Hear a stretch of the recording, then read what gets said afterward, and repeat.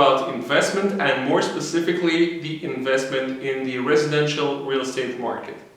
Swedes financial advisor Milford Kushnis say that people should put 40 to 50% of their assets in real estate. The question that you are probably asking to yourself now is, okay, very well, but how much money I will get with this investment? To answer this question, we have to take two things into account: is the annual return and the annual profit. Let's start with the annual return, and we will take an example to understand better how it works. So we have an apartment at the purchase price at 200,000 euro, and the rent that you will have will be 1,000. So your annual net return will be 10,000. I know that in 1 year you have 12 months, but the thing is that you have some taxes and charges, so the money that you will really have in your pocket will be 10,000 euros. Okay? Now, the purchase price plus the acquisition costs. In Belgium, Brussels, it is more or less 15%. So you have 200,000 euro plus the 30,000 euro. So you arrive at 230,000 euro. And so you divide your 10,000, your annual net return, by the purchase price plus the acquisition cost, and you arrive at 4.5%. Let me draw your attention on the fact that, as every market, the real estate market has to obey to certain rules. The most important rule is that the return that you will get will be in function on the time and the risk that you will take. Let's talk about the time.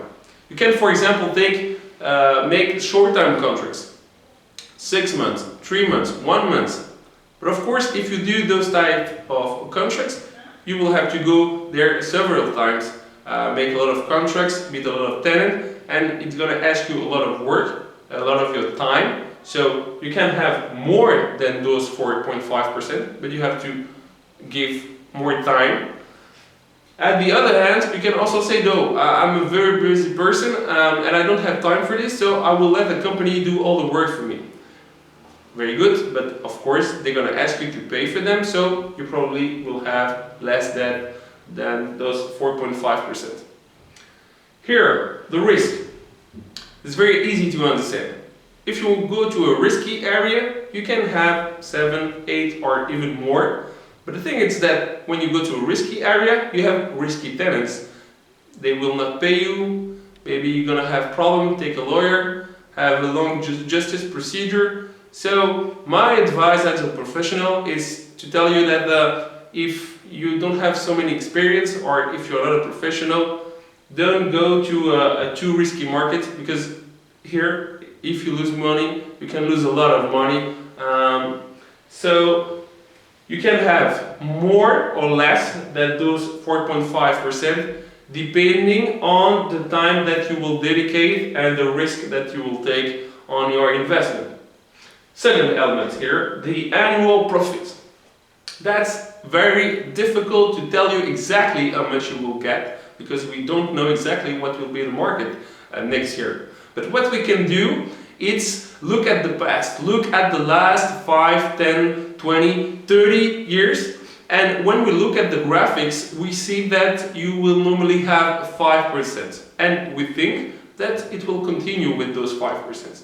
So you have to know that the Brussels and the Belgian market are very stable. 2008 was a good demonstration of this stability, when countries like France, Spain, England, US were losing between 20 and 60% of their real estate market.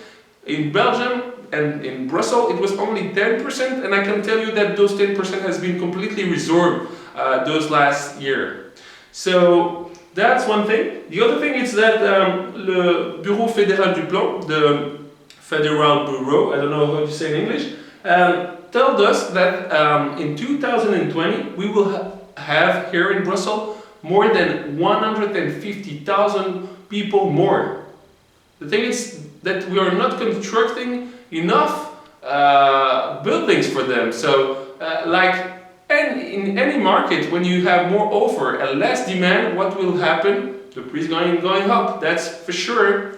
So You can have your 4.5% on the annual return depending on the time and the risk that you will take.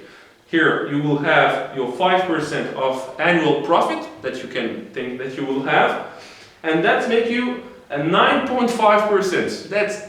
It's huge. That's a lot. It's a lot. And even if you're very cautious and you want to take a saving margin, okay, you take off 35% and you're still at 6.1%. So I'll let you have a look on your saving account and take your own conclusion. It was Abraham de Bettencourt. It was a pleasure. I hope that you enjoyed my explanation, and I hope also that I'm going to have the pleasure to meet you.